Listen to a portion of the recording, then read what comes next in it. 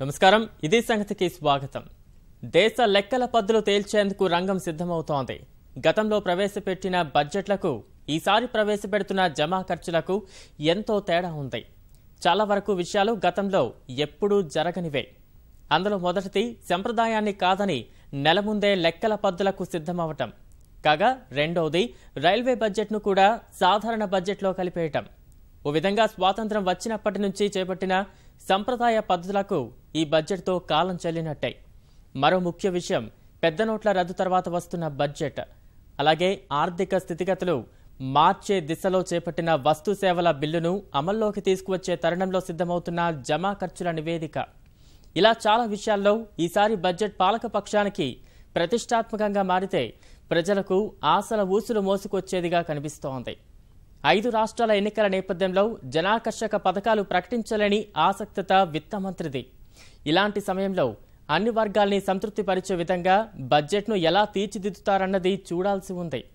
అందుకే సాధారణ ప్రజల నుంచి కార్పొరేట్ వర్గాల వరకు అందరూ ఎంతో ఆసక్తిగా ఎదురుచూస్తున్న బడ్జెట్ ఇదే అనడంలో ఎలాంటి సందేహం లేదు.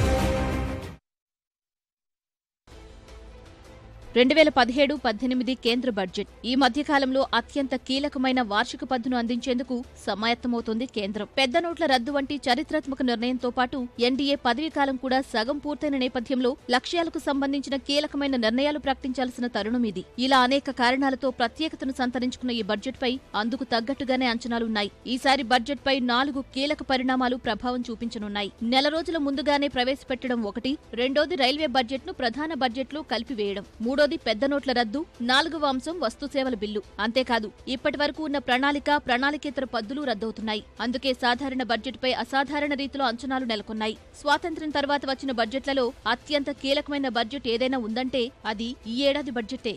స్వతంత్ర భారతం నుంచి వస్తున్న ఆనవాయితీని కాదని ఈసారి ఫిబ్రవరి 1నే బడ్జెట్ ప్రవేశపెట్టడానికి కారణం ఆర్థికంగా లబ్ధి చేకూరుస్తుందని ప్రభుత్వం భావించడమే. ఫిబ్రవరిలో బడ్జెట్ ప్రవేశపెట్టడం ద్వారా మార్చి నాటికే ఆర్థిక బిల్లు అమల్లోకొస్తే కొత్త ఆర్థిక సంవత్సరం ప్రారంభం నాటికే నిధుల వినియోగం మొదలవుతుందన్నది కేంద్రం అభిప్రాయం. ముందులా ఏటా బడ్జెట్ తంతు పూర్తయి మంత్రిత్వ శాఖలకు నిధుల కేటాయింపు జరిగే నాటికి జూన్ రావటం, ఆర్థికంగా కొంత నష్టం జరుగుతున్నట్టు గుర్తించడం వల్లే నెల రోజుల ముందు బడ్జెట్ ప్రవేశానికి నిర్ణయం జరిగింది. అంతేకాక వ్యవసాయ ప్రధానమైన దేశంలో రుతుపవనాలు వచ్చే సమయానికే నిధులు కేటాయించడం వల్ల ప్రయోజనం ఉంటుందన్నది కేంద్రం ఆలోచన. ఆర్థిక సంవత్సరాన్ని కూడా క్యాలెండర్ సంవత్సరంతో సమానంగా మార్చాలన్న ఆలోచన కూడా ఉంది.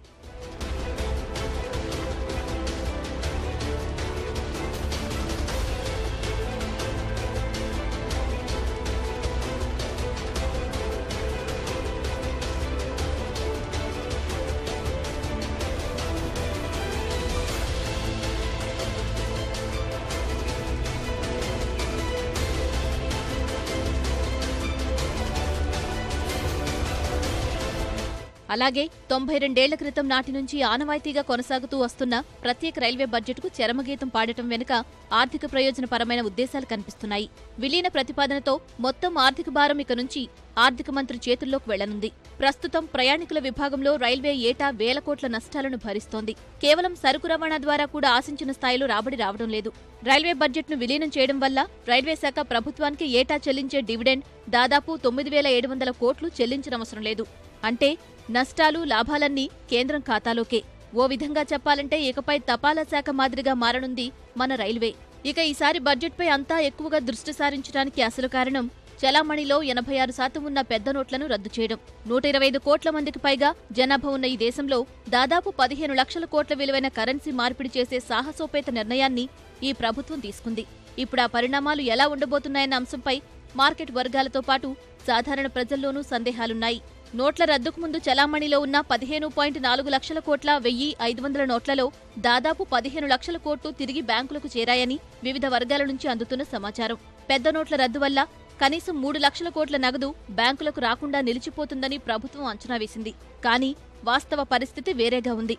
అందుకే ప్రస్తుతం బ్యాంకులకు చేరిన నగదంతా కూడా తెల్లధనం అయిపోయిందని ప్రభుత్వం చెబుతోంది. వివరాలు సమర్పించకుండా ఉన్న నగదు భారీగానే ఉన్నట్టు తెలుస్తోంది. ఈ నగదుపై ఆదాయపు పన్ను విధింపు ద్వారా 2 లక్షల కోట్లు తిరిగి ఖజానాకు చేరే అవకాశం ఉందని ప్రభుత్వ వర్గాలు అంచనా వేస్తున్నాయి. ఆ మేరకు అందుబాటులోకొస్తే ముఖ్యమైన పథకాలకు సర్దుబాటు చేసేందుకు వీలు చిక్కుతుంది. నోట్ల రద్దు వల్ల జరుగుతున్న మరో ముఖ్యమైన ప్రయోజనం పన్ను పరిధి పెంచడం. 125 కోట్ల మంది ఉన్న భారతదేశంలో ఆదాయపు పన్ను చెల్లించేవారు కేవలం 3% మందే. ఇతర దేశాలతో పోల్చినప్పుడు ఈ శాతం చాలా తక్కువ. పన్ను సంస్కరణల పరిపాలన కమిషన్ కూడా భారత్లో ఆదాయపు పన్ను పరిధిలోకి కనీసం 6 కోట్ల మందిని తీసుకురావాలని సిఫార్సు చేసింది. అంటే ఈసారి పన్ను పరిధిని ఏ విధంగా పెంచుతారన్నది చూడాల్సి ఉంది. అలాగే నల్లధనంపై నియంత్రణను మరింత కఠినతరం చేయడం ద్వారా కూడా ఆదాయాన్ని మరింత పెంచుకునే వీలుందని భావిస్తోంది. పెద్ద నోట్ల రద్దు వల్ల గత కొన్ని నెలలుగా కొనుగోళ్లు మందగించినట్టు ప్రభుత్వం కూడా గుర్తించింది. ఈ ప్రభావం తాత్కాలికంగా ఆర్థిక వ్యవస్థపై ఉంటుందని పలు అంతర్జాతీయ సంస్థలు కూడా అంచనా వేస్తున్నాయి. అందుకనే ప్రపంచంలో అత్యంత వేగంగా వృద్ధి సాధిస్తున్న ఆర్థిక వ్యవస్థగా ఉన్న భారత్ వృద్ధి రేటు అంచనాను 7.6% నుంచి 6.6%కి తగ్గించింది ఐఎంఎఫ్. ప్రభుత్వం కూడా జీడీపీలో ఎంతో కొంత తగ్గుదల ఉంటుందనే చెబుతోంది. ఈ పరిస్థితిని అధిగమించడానికి, ప్రజల కొనుగోలు శక్తిని పెంచడానికి ప్రభుత్వం తప్పనిసరిగా కొన్ని చర్యలను తీసుకునే అవకాశాలు కనిపిస్తున్నాయి. వినిమయ సామర్థ్యాన్ని పెంపొందించడానికి ప్రభుత్వం చర్యలు తీసుకోవాలని పరిశ్రమ వర్గాలు కూడా కోరుతున్నాయి.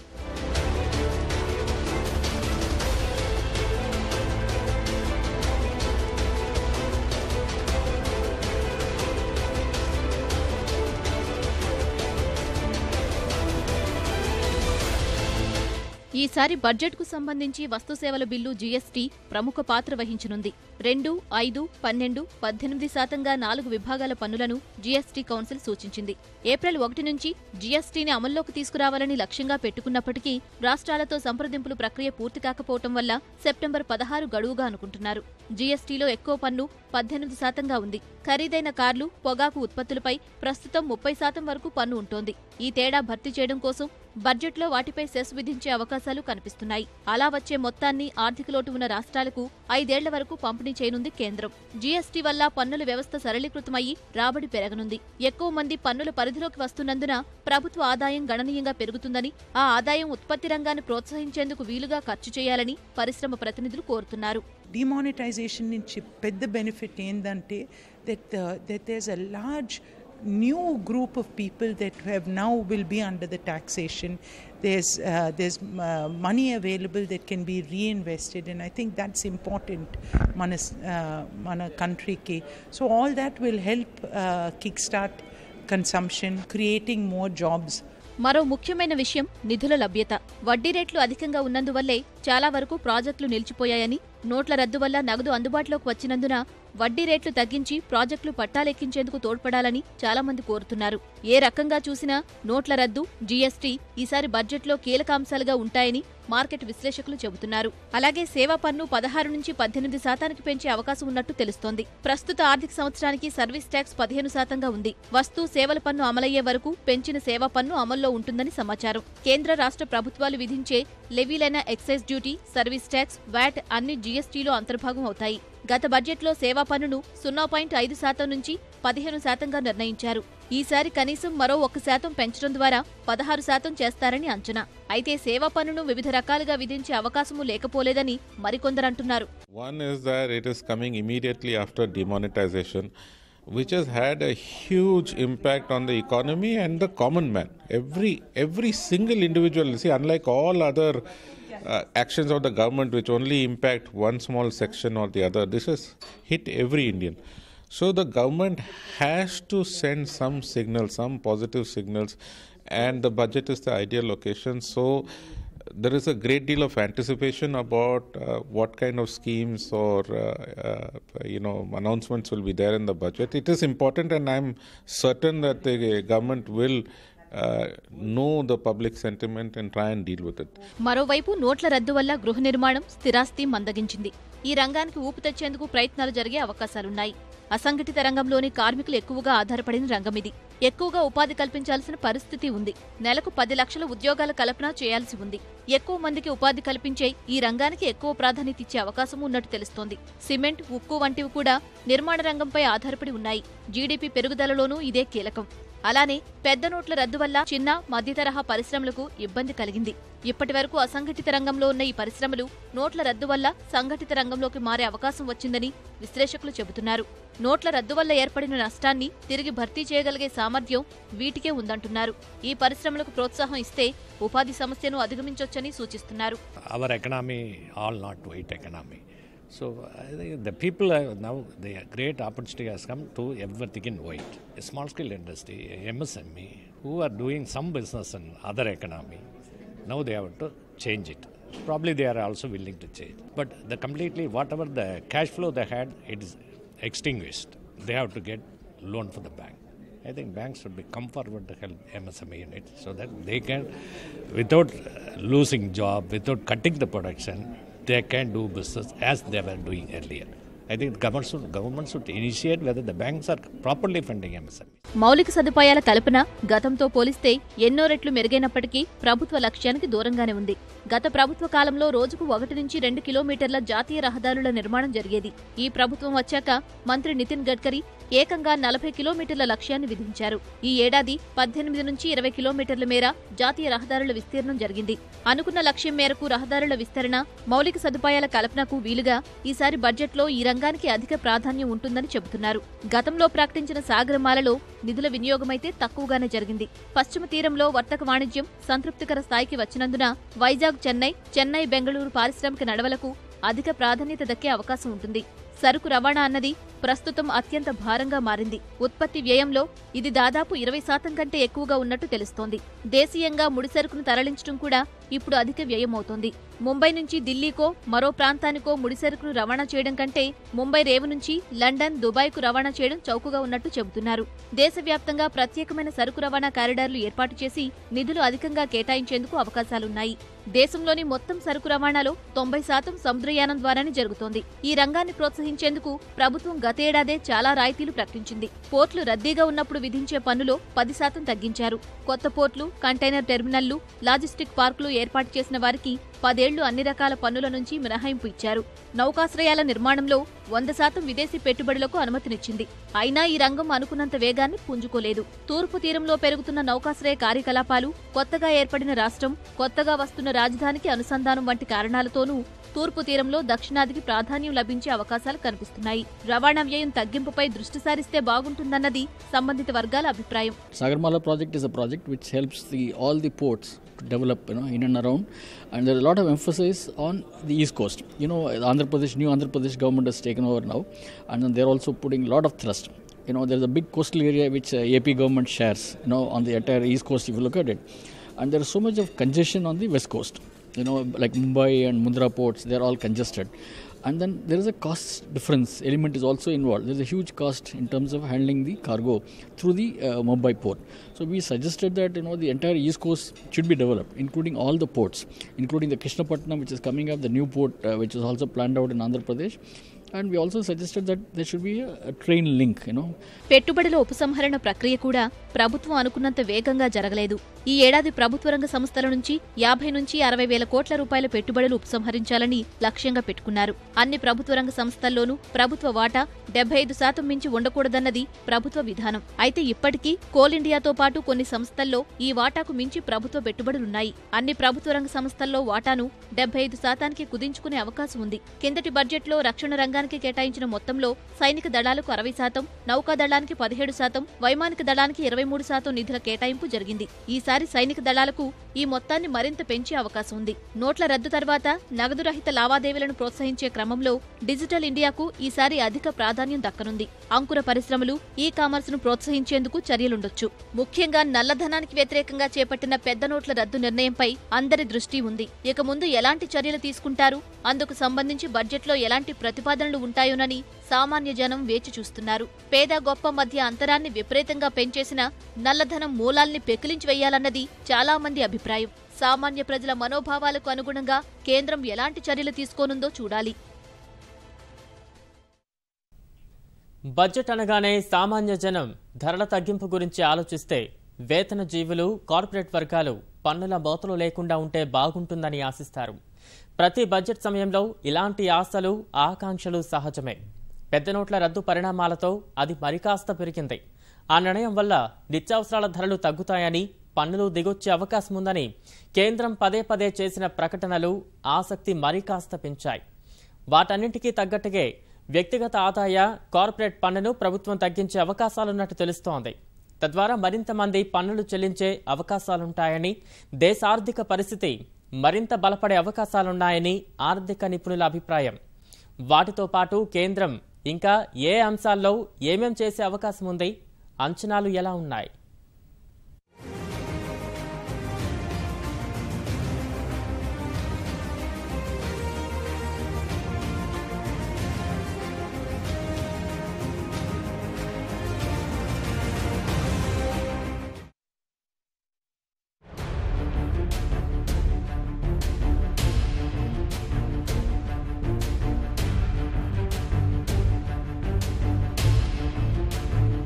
ప్రపంచ దేశాలతో పోలిస్తే జోరుగా పరుగులు పెడుతున్న మన ఆర్థిక వృద్ధికి పెద్ద నోట్ల రద్దు ఎలా పరిణమించనుంది?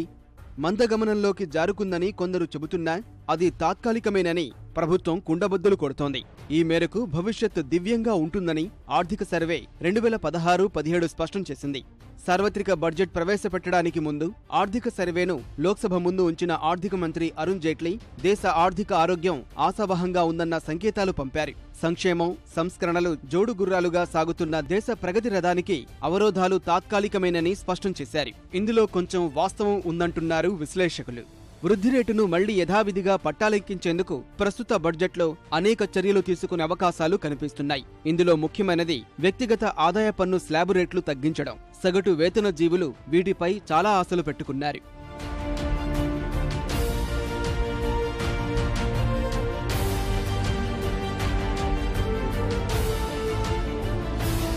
స్వచ్ఛంద ఆదాయ వెల్లడి పథకం ద్వారా 75,000 కోట్ల నల్లధనాన్ని ప్రకటించారు. ఈ ధనంపై పన్నులే 35,000 కోట్లు రానున్నాయి. అందువల్ల పన్ను తగ్గింపు ఖచ్చితంగా ఉంటుందని ఆశిస్తున్నారు. ప్రస్తుతం ఉన్న పన్ను పరిధి 2.5 లక్షల నుంచి 4 లక్షలకు పెంచుతారని, పై తరగతుల్లో స్లాబులు కూడా మరింత పెరగవచ్చనే తెలుస్తోంది. ప్రస్తుతం 2.5 లక్షల ఆదాయం వరకు ఎలాంటి పన్ను లేదు. తర్వాత 5 లక్షల ఆదాయం వరకు 10% పన్ను చెల్లించాల్సి ఉంటుంది. 5 నుంచి 10 లక్షల లోపు ఆదాయం అయితే 20%, 10 లక్షలు దాటితే 30% పన్ను చెల్లించాల్సి ఉంటుంది. నెలకు ₹1,00,000 పైగా సంపాదించే ఉద్యోగుల్లో 30% పన్ను రూపంలోనే చెల్లించాల్సి వస్తోంది. వీటికి సర్చార్జి కలిపితే 34.6% అవుతోంది. ఈ పరిస్థితిలో మార్పు రావచ్చనే ఆశ ఉంది.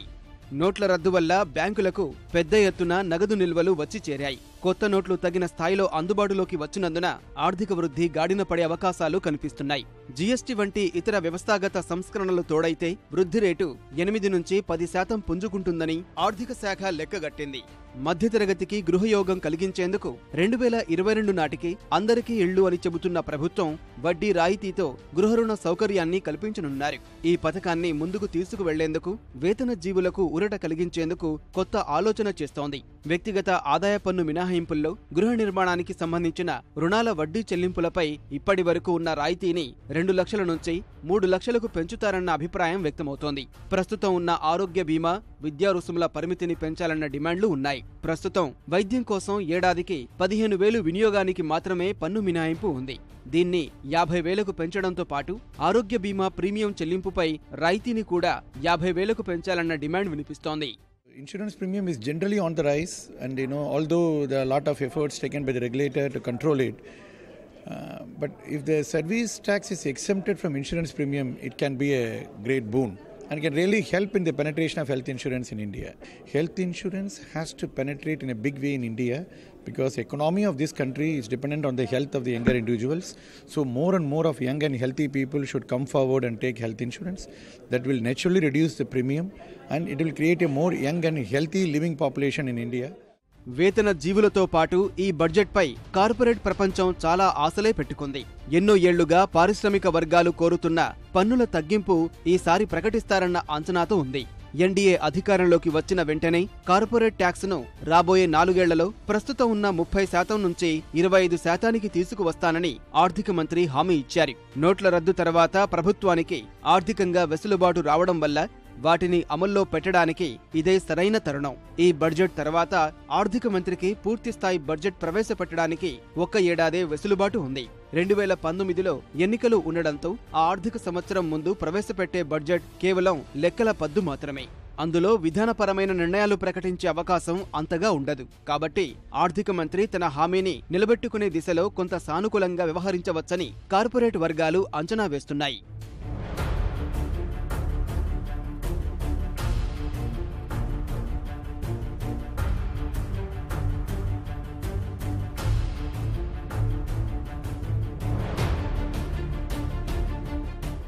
ఈసారి బడ్జెట్పై అంతర్జాతీయ అంశాలు, ముఖ్యంగా అమెరికాలో చోటు చేసుకుంటున్న పరిణామాలు ప్రభావం చూపే అవకాశం కనిపిస్తోంది.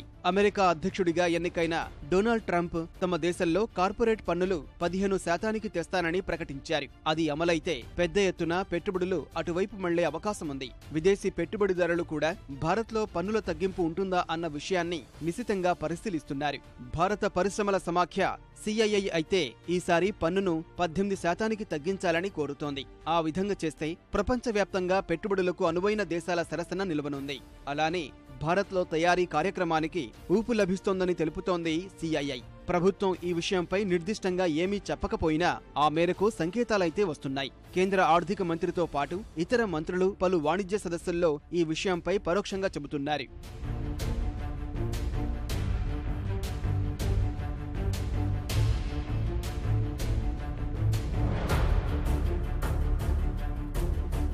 వాణిజ్య అనుకూల నిర్ణయాలు తీసుకున్నప్పటికీ క్షేత్రస్థాయిలో వీటి ప్రభావం పెద్దగా కనిపించడం లేదు. 2012లో స్థూల జాతీయోత్పత్తిలో పెట్టుబడుల వాటా 40% ఉండగా 2016లో ఆ సంఖ్య 31.85%గా ఉంది.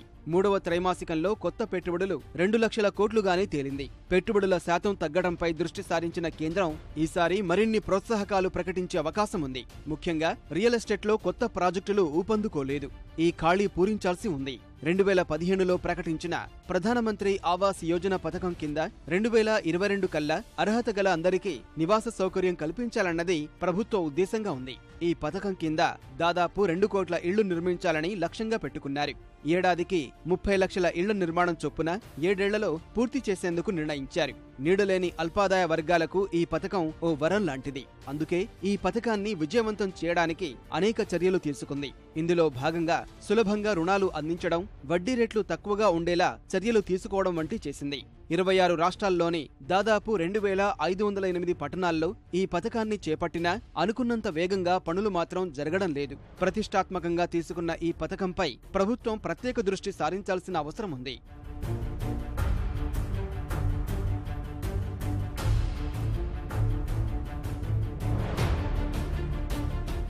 ప్రస్తుతం ప్రజల్లో కొనుగోలు శక్తి బాగా తగ్గింది.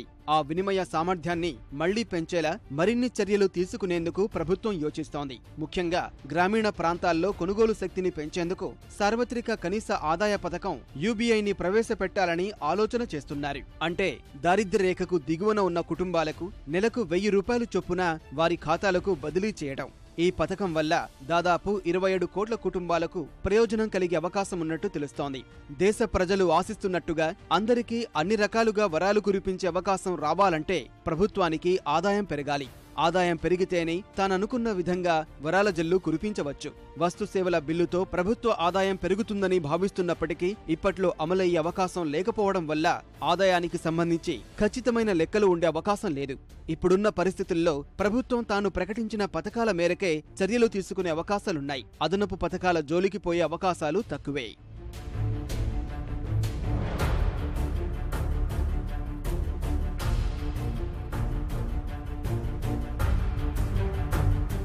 ఈసారి బడ్జెట్ అందరూ కొత్తగా ఉంటుందని ఆశిస్తున్నారు కాబట్టి అందుకు అనుగుణంగానే కేంద్రం నిర్ణయాలు తీసుకుంటుందా లేదా అన్నది తెలియాల్సి ఉంది. లేదంటే దీర్ఘకాలిక ప్రయోజనాలు దృష్టిలో ఉంచుకొని విధానపరమైన నిర్ణయాలకు దూరంగా ఉంటుందనేది చూడాల్సి ఉంది. పెద్ద నోట్ల రద్దు తర్వాత చాలా రంగాలు స్తబ్దుగా మారిపోయాయి. వాటిలో మళ్లీ ఉత్తేజం రావాలంటే తప్పకుండా ప్రోత్సాహకాలు ప్రకటించాల్సిన అవసరం ఉంది. మౌలిక వసతుల కల్పనకు పెద్ద మొత్తంలో నిధులు మంజూరు చేసే అవకాశం ఉన్నట్టు తెలుస్తోంది.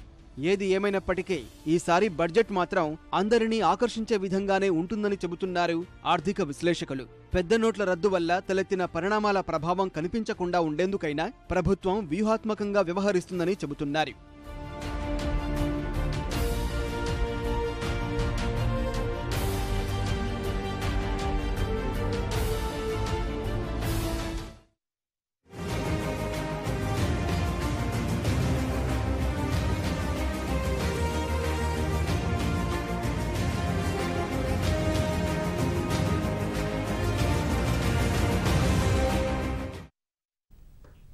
మరిన్ని విభిన్న అంశాలతో మరో ఇదే సంగతిలో కలుసుకుందాం. నమస్కారం.